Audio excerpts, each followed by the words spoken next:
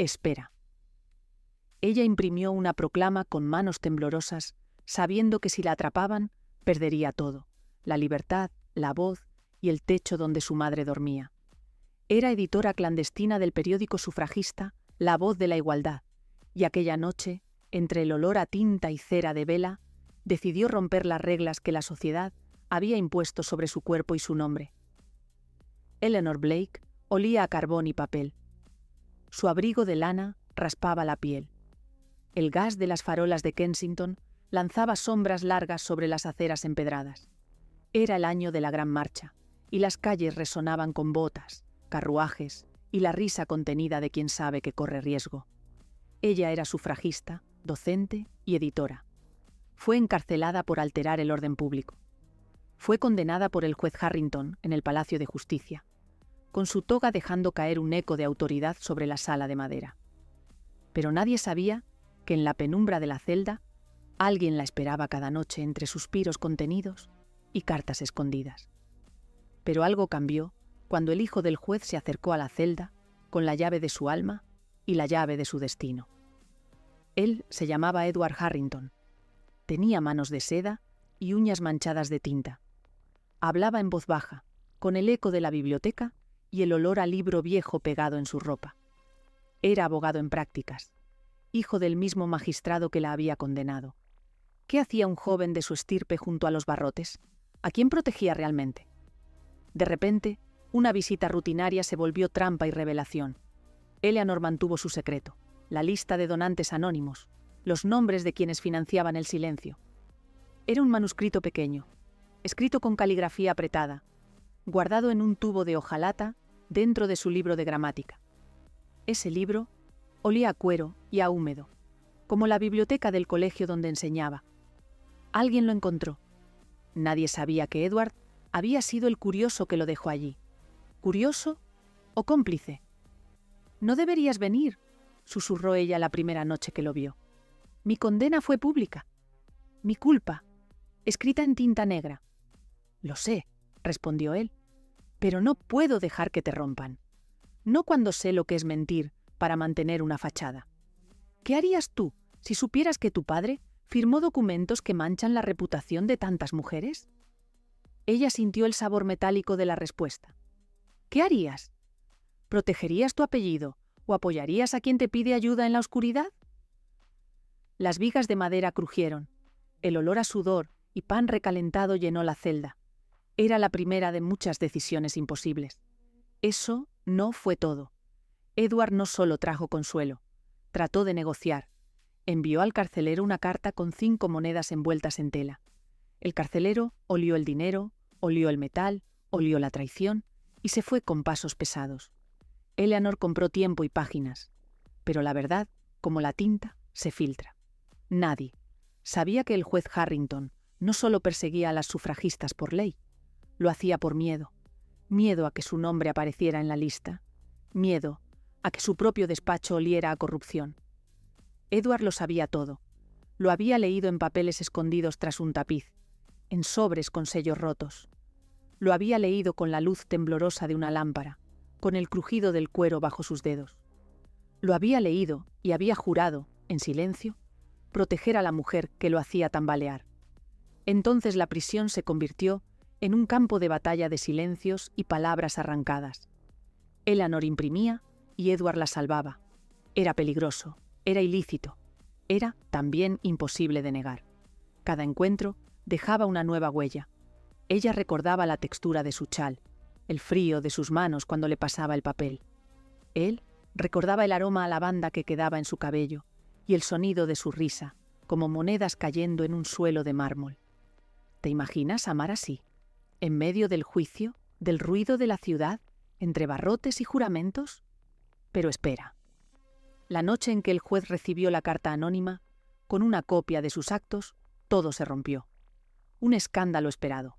Voces en el estrado. Un periódico que replicaba la proclama. La calle, de repente, se llenó de gente que gritaba nombres. Llanto, furia, gasolina en la escena. La reputación del magistrado colgaba de un hilo fino, como el encaje de una blusa vieja a punto de rasgarse. En el comedor de la mansión Harrington, El padre se desplomó sobre la mesa con la copa aún en la mano. La servidumbre lo miró como a un animal herido. «¿Quién te ama lo suficiente como para traicionarme?», gritó el juez. «¿Quién de mi sangre me ha defraudado?». Edward, en su despacho de libros, sintió el peso de la respuesta. Podía señalar a su padre y salvar a Eleanor. Podía confesar que había robado el original, que había filtrado la cinta con los nombres. Podía, con una sola palabra, salvar vidas y hundir las suyas. ¿Qué harías tú? ¿Denunciarías a tu padre por amor a una causa? En ese momento, Eleanor enfrentó una elección imposible. Si hablaba, revelaría las fuentes y protegería a Edward de la caída, pero condenaría a mujeres que confiaban en su anonimato. Si callaba, las mujeres sufrirían y Edward podría perderlo todo. La noche olía a lluvia. La celda tenía sabor a hierro. El tablero de ajedrez del carcelero mostraba piezas gastadas, como las decisiones que se toman con las manos temblorosas. «Dime que me odias», susurró Edward una madrugada. «Dime que esto no vale tu silencio». «No puedo mentir», contestó ella. «Si digo quién me ayudó, hundiré más que un apellido. ¿Qué te queda entonces? ¿La culpa? ¿El exilio? ¿La soledad en la casa que tanto te dio?» «Prefiero la soledad si te salva», dijo él. «Prefiero la expiación si así se endereza el mundo». Pareció la solución. Pareció que todo se resolvería con una confesión y un juicio nuevo. Pareció que el juez caería como una estrella. Pero la vida, como las mejores novelas, no permite finales sencillos. Lo que hizo después cambió el curso de ambos. Edward no confesó en el estrado. En vez de eso, escribió un artículo con su puño y letra. Un retrato del miedo, una acusación velada, una historia de cómo las leyes protegen a los poderosos. Lo envió a La Voz de la Igualdad con un sobre sellado. Lo arrojó a la fuente de la plaza, esperando que las corrientes lo llevaran al lector adecuado. Fue un acto desesperado, casi infantil, y sin embargo fue suficiente. Nadie se lo esperaba. La noticia explotó como pólvora. Los lectores la devoraron. La policía buscó culpables. El juez exigió castigos, pero la opinión pública había tomado partido. La tarde olía a humo y a té derramado. Los carruajes corrían. Las damas con sombrero miraban por la ventana con lágrimas en los ojos. El nombre de Edward empezó a circular en murmullos, pero también su gesto anónimo fue celebrado por quienes vieron en la noticia una mano que sacaba a la luz viejas heridas. Pero la victoria venía con precio. Eleanor fue traída al estrado en una procesión de cadenas, su vestido raspando el suelo, su cabello recogido con cuidado. El juez la miró con ojos que antes solo conocían sentencia. Edward, desde la galería, la observó como quien contempla un mar embravecido. La verdad había salido a la luz, pero el costo era tangible. La familia Harrington se fracturó, la prensa devoró a ambos, y Eleanor tuvo que elegir entre su libertad y la seguridad de aquellos que la seguían. La verdad era más compleja que un titular. En la audiencia final, el juez se vio obligado a responder por sus actos. Su voz tembló, la tinta de sus documentos se corrió por la lluvia, y la corte se llenó del olor a jabón y a papel mojado. Edward no pronunció palabra, se marchó silencioso, con la mandíbula apretada, con el traje manchado de lodo. Nadie sabía si sería perdonado por su linaje. Nadie sabía si volvería a caminar por los pasillos con la cabeza en alto. Y entonces comprendió Eleanor algo esencial. La lucha no era solo suya, ni de Edward. Era de cientos de voces que habían sido silenciadas. Comprendió que su amor con el hijo del juez era imposible, y sin embargo, necesario, porque su elección final no buscó salvar un corazón particular, buscó salvar el derecho a ser escuchadas. La sentencia, para sorpresa de muchos, fue mitigada. La presión de la plaza, las cartas, la voz de la nación y la evidencia dejaron al juez al borde del escándalo. A cambio de su silencio, de su renuncia a la toga, firmó su dimisión. Edward se fue del país con una maleta de cuero y un cuaderno con páginas sin escribir. Eleanor salió de la cárcel con la cara marcada por días sin sol, con la voz más firme que antes y con la tinta aún en los dedos. Pareció un final. Pareció justicia.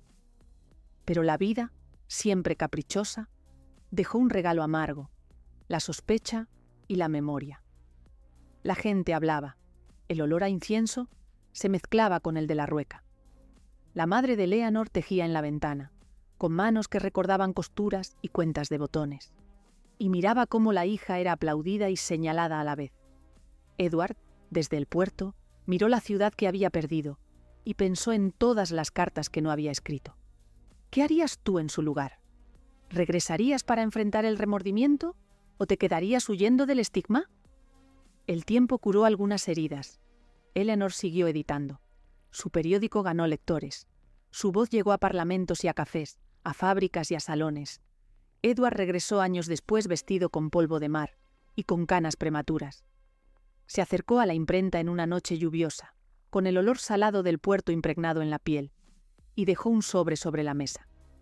«Volví porque no pude aguantar más lejos», dijo él. «Volví porque te debo más que una carta». Ella lo miró. Su rostro mostraba la dureza del mármol y la calidez de la cera. La multitud había cambiado. Las voces ya no temblaban tanto. La ley había cedido terreno. Amor y justicia seguían en combate. Ella tomó el sobre. Dentro había una lista nueva. Nombres que el juez había protegido, pruebas, y una promesa escrita en tinta azul. Nunca más callar. Si esta historia te indignó, déjame una en los comentarios. Y si quieres conocer más mujeres olvidadas por la historia, suscríbete porque la próxima historia es aún más impactante.